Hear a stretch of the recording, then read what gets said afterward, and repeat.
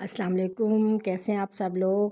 اچھا، آج جس ٹاپک پہ میں بات کروں گی یہ ہے حج کے بارے میں۔ آج میں تھوڑا سا فلسفہ حج بیان کرتی ہوں کہ حج کا ہمیں روحانی مقصد کیا ہے۔ دیکھیں، اللہ پاک نے ہمارے اوپر جو عبادات فرض کی ہیں اس میں نماز، روزہ، زکوٰۃ اور حج ہے۔ نماز اور روزہ جو ہے وہ ہماری جسمانی عبادت ہے، اور زکوٰۃ ہماری مطلب کہ ہمارے پیسے کی عبادت ہے، اور جو حج ہے اس میں یہ ہماری جسمانی بھی عبادت ہے اور اس میں ہمارا رزق بھی استعمال ہوتا ہے۔ تو یہ اس کے بارے میں تھوڑا سا بتاتی ہوں کہ اس کا جو ہے حج کا مقصد کیا ہے۔ حج کا مقصد یہ نہیں ہے کہ ہم خانہ کعبہ کے گرد چکر لگائیں اور بس گھوم کے ہم واپس آ جائیں اور صفا مروہ کریں اور عرفات کے میدان میں چلے جائیں۔ ہمیں بیت اللہ کی دیواروں کے گرد گھومنے کا حکم ہے، اس لیے کہ رب نے کہا ہے کہ یہ میرا گھر ہے، اور بیت اللہ کی جو محبت ہے وہ لوگوں کو اللہ کی طرف کھینچ کے لاتی ہے۔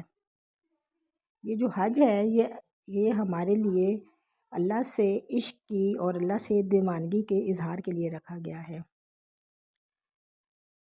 عشق جب بھڑکتا ہے تو اللہ کی ملاقات کا جذبہ پیدا ہوتا ہے، اور یہ ملاقات اللہ پاک نے ہمیں حج کی صورت میں دی ہے۔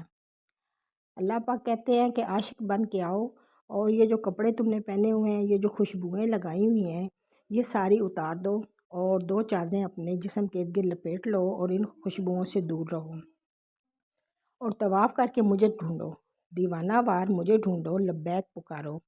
جب ہم مسجد میں جاتے ہیں تو ہمیں حکم ہوتا ہے کہ ہم آہستہ بولیں، آہستہ آواز میں بات کریں، لیکن جب ہم طواف کرتے ہیں تو ہمیں یہ حکم ہے کہ چیخ چیخ کے مجھے پکارو۔ حج اللہ کی ملاقات ہے، اور یہ تو عاشقی کا سفر ہے۔ میرے گھر آؤ کفن پہن کے، یہ اللہ پاک ہمیں فرما رہے ہیں۔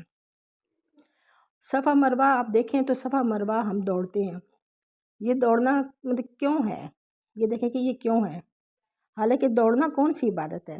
یہ صرف اللہ کی محبت میں ہے، اور میدان عرفات میں جب ہم جاتے ہیں تو ہم مٹی میں اپنی ناک کو رگڑتے ہیں اور دیوانوں کی طرح اپنے رب کو پکارتے ہیں۔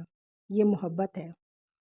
جب ہم اس میں عرفات میں سجدے کرتے ہیں تو ہماری ناک مٹی پہ لگتی ہے، اور ناک کو زمین پر رگڑنا یہ سب سے زیادہ عاجزی ہے، اور اللہ کو عاجزی پسند ہے۔ ہمیں بیت اللہ کی دیواروں کے گرد گھومنے کا حکم ہے، اس لیے کہ رب نے کہا یہ میرا گھر ہے۔ اور جس طرح کے حرم پاک میں عبادت کا اجر بہت زیادہ بڑھ جاتا ہے، حرم کی ایک نماز 1,00,000 نماز کے برابر ہو جاتی ہے، اور ہر نیکی کا اجر بڑھ جاتا ہے۔ نیکیوں کی سیل لگی ہوتی ہے جب ہم حرم پاک کی حدود میں داخل ہوتے ہیں۔ اسی طرح حرم پاک میں کیے گئے گناہ کا وبال بہت زیادہ ہو جاتا ہے۔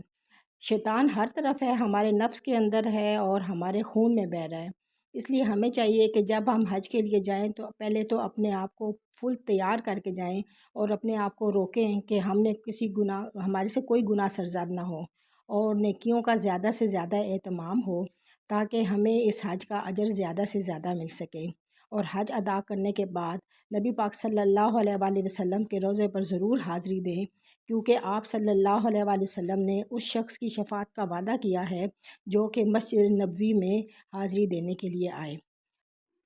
میرے آقا کی محبت کا تقاضا یہ ہے کہ ہم مسجد نبوی میں بھی حاضری دے کے اپنے گھر واپس آئیں۔ خوش رہیں، دعاؤں میں یاد رکھیں، سلامت رہیں۔ اللہ حافظ۔